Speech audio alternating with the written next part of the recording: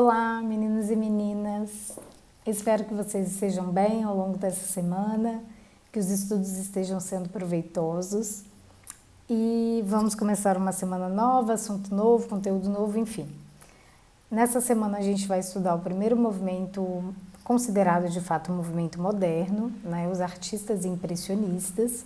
E aí nós vamos estudar alguns dos principais artistas desse grupo, quais são as principais características desse movimento, o que esses artistas apresentam que de fato pode ser considerado uma novidade, né, no âmbito da arte, em relação a obras produzidas por artistas anteriores, entre outras questões, tá? Impressionismo, pinturas de luz. O grupo impressionista surgiu em 1874, numa exposição de artistas independentes realizada no estúdio de um fotógrafo. Na ocasião estavam Monet, Manet, Renoir, Sisley, Degas e Pissarro. Anteriormente, os artistas tinham sido rejeitados pela exposição oficial do Salão de Paris por diversas vezes, de modo que em 1874 realizaram uma exposição independente, ou seja, depois de terem sido dispensados e terem trabalhos recusados uma série de vezes para a exposição do Salão Oficial de Paris, esses artistas se reuniram em grupo e criaram uma exposição coletiva independente. Lembram que a gente falou na aula passada da relação entre fotografia e pintura? Observem que a primeira exposição impressionista acontece dentro de um estúdio de um fotógrafo, ou seja, a fotografia não vai ser um problema para a pintura, a fotografia vai ser uma possibilidade de transformação. E a gente vai ver que gradativamente os artistas, de uma maneira ou de outra, eles acabam se influenciando, né, por essa outra linguagem. Os artistas impressionistas desejavam que a arte seguisse novos rumos por influência do surgimento da fotografia, então a percepção da luz, os enquadramentos, a relação com o registro de cenas cotidianas, defendia uma ruptura total com as estruturas acadêmicas anteriores, ou seja, a arte impressionista, assim como os outros movimentos de vanguarda, são um processo completo de abandono de tudo aquilo que era considerado acadêmico, que estava relacionado a uma tradição.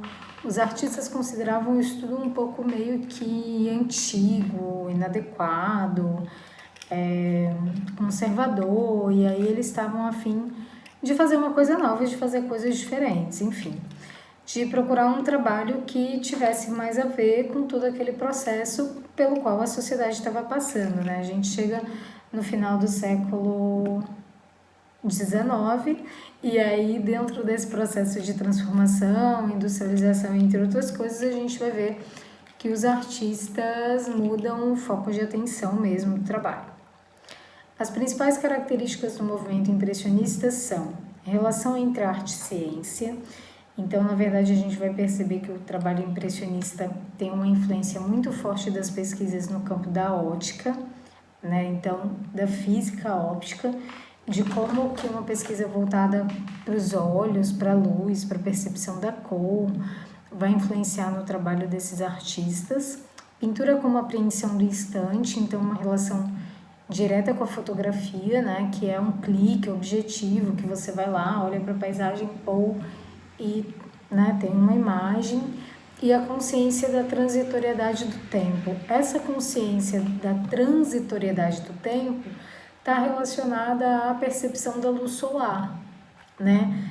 Se eu quero fazer uma pintura do anoitecer, eu tenho que me ligar que o anoitecer passa rapidinho. Então, os artistas pintavam muito rápido, né? Você tem uma variação de exposição de luz que é muito rápida, e essa exposição de luz me dá uma diferença de percepção da paisagem, principalmente da paisagem natural.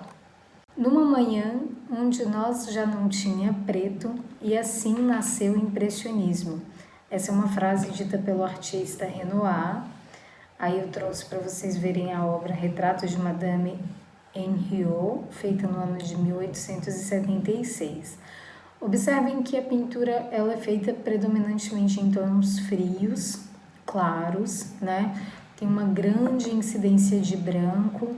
Eu tenho algum sombreadozinho na bochecha da personagem, mas é um sombreado muito delicado, rosado.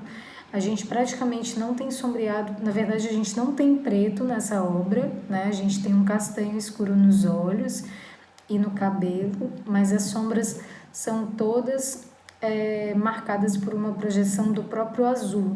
E observem como a gente tem uma diluição entre figura e fundo, né? O mesmo tratamento que aparece no fundo da obra, atrás da personagem, tá na própria personagem. Então eu não tenho uma pintura sem marca, né? Eu tenho uma pintura muito marcada.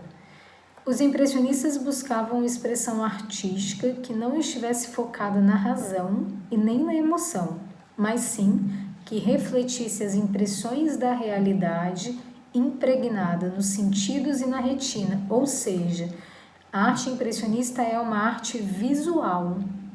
De que maneira? É uma pintura visual. O artista observa a paisagem e traz para a pintura uma espécie de tradução da percepção do reflexo da luz nessa paisagem. Quando o texto coloca assim, buscava uma expressão artística que não estivesse focada na razão e nem na emoção, significa que o impressionismo é um movimento de ruptura com o passado, ou seja, ele não corresponde nem ao realismo e assim como ele também não corresponde ao romantismo, é um movimento completamente novo. Os impressionistas pintavam ao ar livre. A pintura consiste na percepção da iluminação solar e das variações de luz em diferentes momentos do dia, resultando em imagens luminosas e coloridas. Aí aqui eu trouxe para vocês uma obra chamada Cavalos de Corrida numa Paisagem, é do artista Edgar Degas.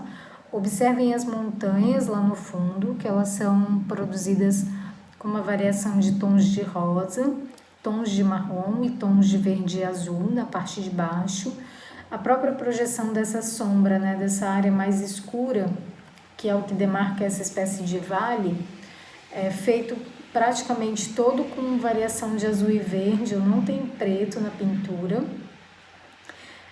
Observem que o branco ele se destaca bem, né, principalmente na calça aqui dos personagens, e que se eu me aproximar muito, eu der um zoom assim na figura, a gente vai ver todas as pinceladazinhas marcadas e como que elas vão se sobrepondo, né? Então eu não tenho uma cobertura opaca de verde claro, é como se eu tivesse uma sobreposição mesmo, verde claro, verde escuro, alguns pontos de marrom, alguns pontos meio que um begezinho, e isso eu vou conseguindo, né, alguma variação de cor. Calma aí, que aqui tampou aqui. Bom, Apesar dos diferentes estilos adotados pelos artistas impressionistas, todos se mantiveram fiéis à ênfase no domínio da percepção. Atentos observadores do ambiente da luz percebiam que a aparência das coisas varia constantemente e que a percepção humana deriva de um conjunto de ações ópticas e cognitivas, motivadas pela ação da luz sobre os objetos e as cenas reais, ou seja, a pintura como uma percepção do real, nessa condição da percepção da luz, como que a incidência da luz sobre a paisagem muda a minha sensação de percepção, visualidade, projeção de luz e sombra dessa paisagem, e como que eu consigo traduzir isso para pintura. Aqui tem a obra Lise com Sombrinha. Observem como todas as imagens que a gente viu até agora também são imagens muito casuais, assim, né, despretensiosas, tipo Lise com Sombrinha, né? Então, parece que ela está em uma espécie de campo, ambiente natural. Aqui atrás parece que tem uma árvore, né? Tem uma projeção de sombra dessa árvore aqui no chão, e nessa obra a gente tem um pequeno detalhe de preto, que é esse laço que passa aqui pela cintura da personagem. O ateliê de Degas era muito próximo do teatro onde o Ballet da Ópera de Paris se apresentava na época, uma oportunidade que ele soube aproveitar. Com o tempo, ganhou acesso inclusive aos bastidores, o que lhe permitiu acompanhar fragmentos da rotina diária das bailarinas e a registrá-las nas suas pinturas. Bom, aqui tem a obra Dançarinas na Barra, Degas, a outra pintura que a gente viu antes dessa, que era uma bailarina também, é do mesmo artista. Ele vai trabalhar muito com essas cenas das bailarinas, desde os ensaios até as apresentações. Ele vai ter grande interesse por esse tema.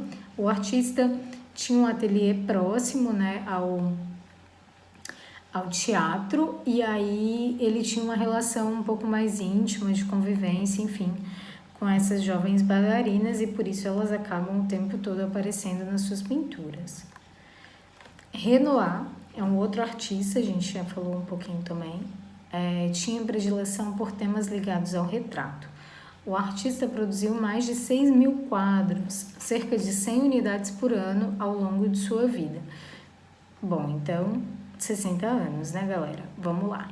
Bom, observem que essa pintura é uma fotografia, uma pintura, enfim, não é uma fotografia, é uma pintura de um casal, e eles estão dentro do teatro, né? Aqui é uma espécie de gabinete, que seriam aqueles gabinetes que a gente consegue assistir o teatro do alto, assim, enfim, não sei quem já foi no teatro, já viu isso aí. Uma coisa que tem grande diferença, né, dentro da pintura moderna em relação à pintura acadêmica é o tamanho das telas. As telas diminuem muito.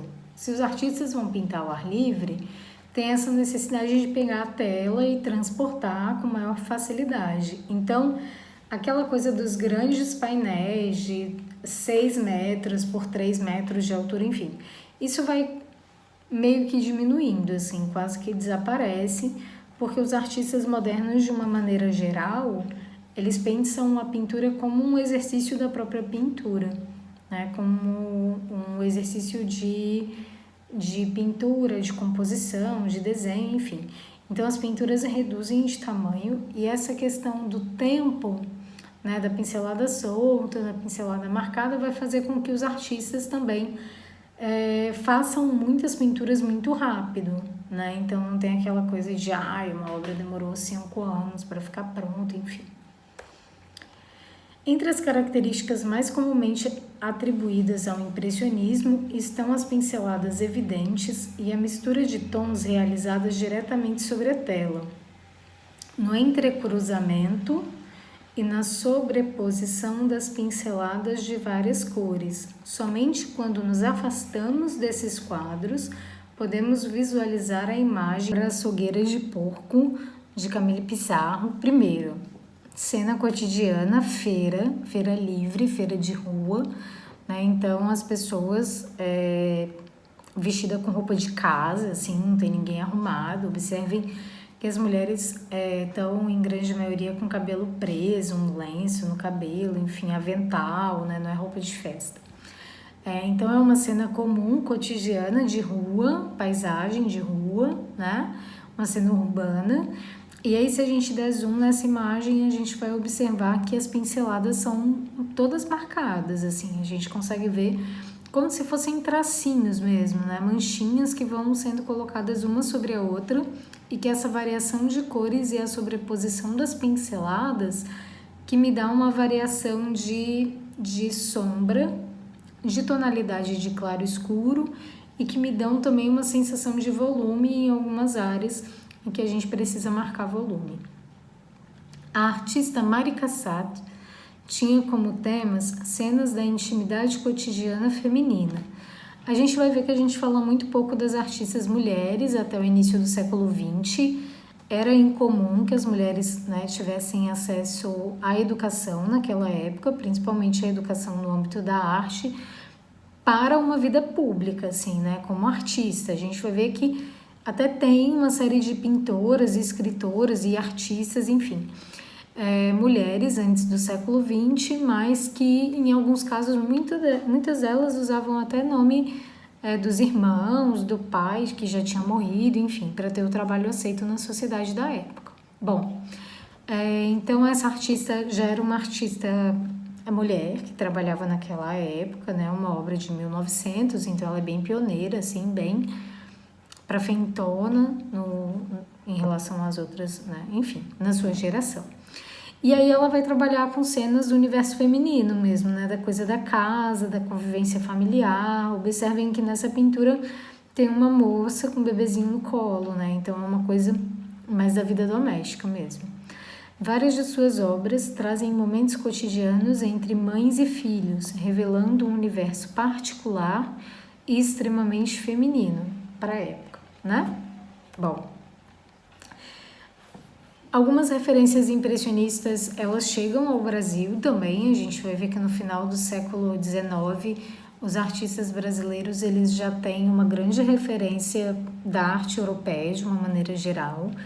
A gente falou sobre a Academia Imperial de Belas Artes, os artistas, né, começaram a viajar para Paris e ver o que estava, enfim, o que estava acontecendo lá, foram estudar em Paris e voltaram cheios de ideias, trazendo as novidades, papapá, pô.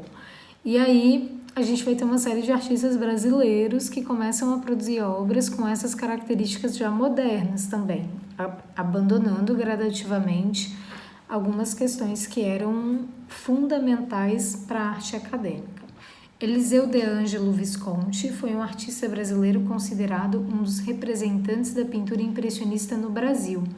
Nasceu em 30 de julho de 1866, no Rio de Janeiro, e faleceu em 15 de outubro de 1944. Bom, aqui na pintura, Moça no Trigal. Então, é uma moça numa paisagem de trigo. Observem que lá atrás eu tenho outros dois personagens que são, na verdade, uma manchinha azul e vermelha e uma manchinha meio verde com amarelo, assim, tá ali. E que tem também toda essa questão, né, do branco, como ele se destaca na roupa da personagem, de uma pintura toda marcada, dessa plasticidade da pincelada, do corpo, da tinta mesmo, né, que eu percebo como uma materialidade mais forte, assim, mais marcada também. Claude Monet foi um pintor francês considerado um dos mais importantes pintores do impressionismo. Aqui na primeira tela a gente tem Mulheres no Jardim, que é uma obra de 1866. Mais uma vez, paisagem ao ar livre, pintura com pinceladas marcadas, grande incidência de branco. E aí observem que interessante, assim, a projeção de sombra que essa árvorezinha aqui do canto direito dá no chão e sobre o vestido da personagem que está sentada no chão. E como também que há um sombreado da sombra das folhas, né? A maneira como a luz do sol passa por entre as folhas e os galhos da árvore e refletem aqui nessa moça que está abaixada, sentada no chão, enfim, não sei, principalmente sobre a sombrinha.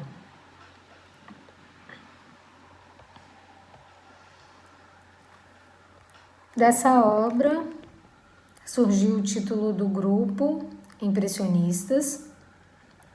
A principal característica do quadro é a luz e o movimento criado através de pinceladas soltas. O quadro encontra-se exposto ao público no Museu Marmottan Monet, na cidade de Paris, em França. Apesar de ter sido produzida em 1872, essa obra foi levada a público em 1874, que é o ano da primeira exposição impressionista, e é por conta dessa pintura que um crítico que esteve presente nessa primeira exposição dá o título de impressionista para o grupo impressionista, né? Porque impressão? Quando eu olho para essa paisagem, eu não tenho uma visibilidade precisa dessa paisagem. Eu consigo minimamente reconhecer ou sugerir que seja a representação de um ambiente portuário, né? Porque a gente tem uma espécie de lago, rio, mar, enfim, água,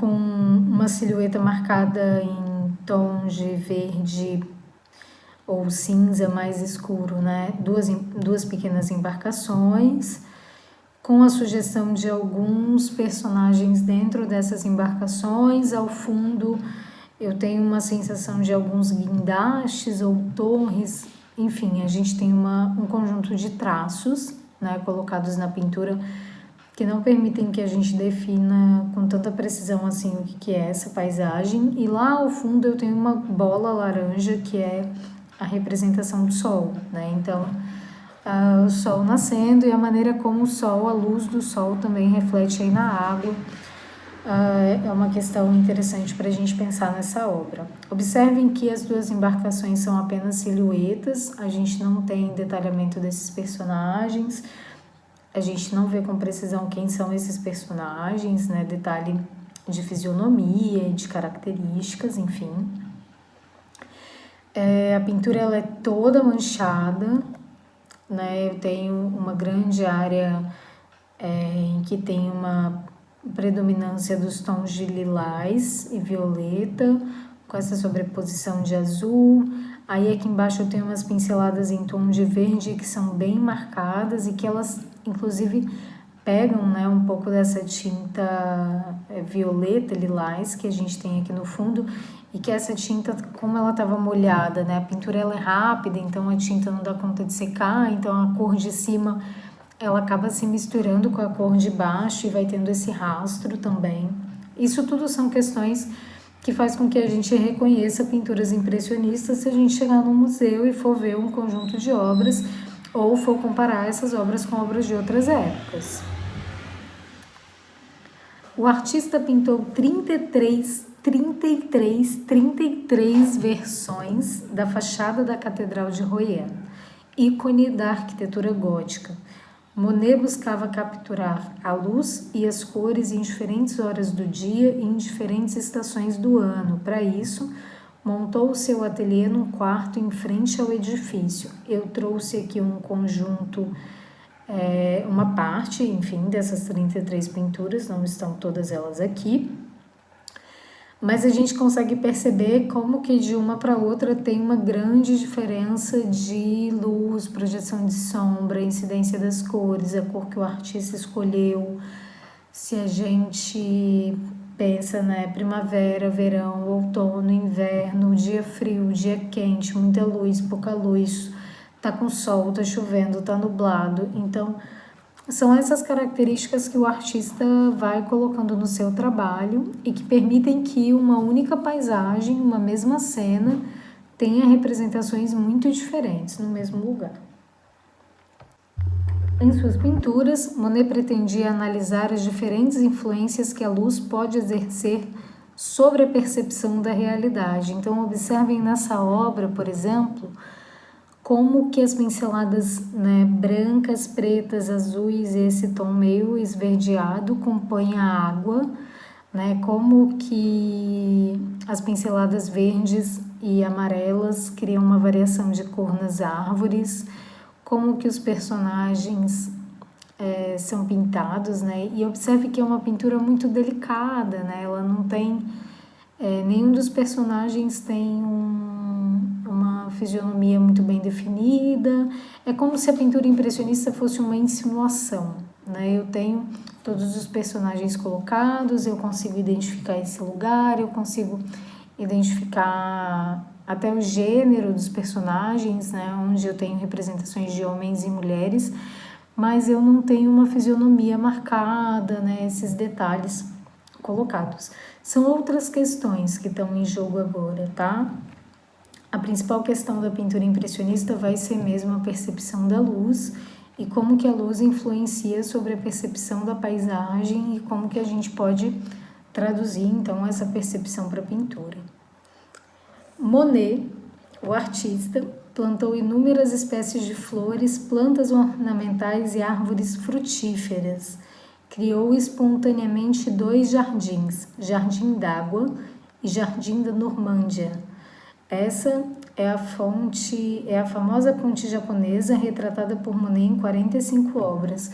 Não satisfeito em retratar paisagens, Monet cria uma própria paisagem para poder pintar, para trabalhar.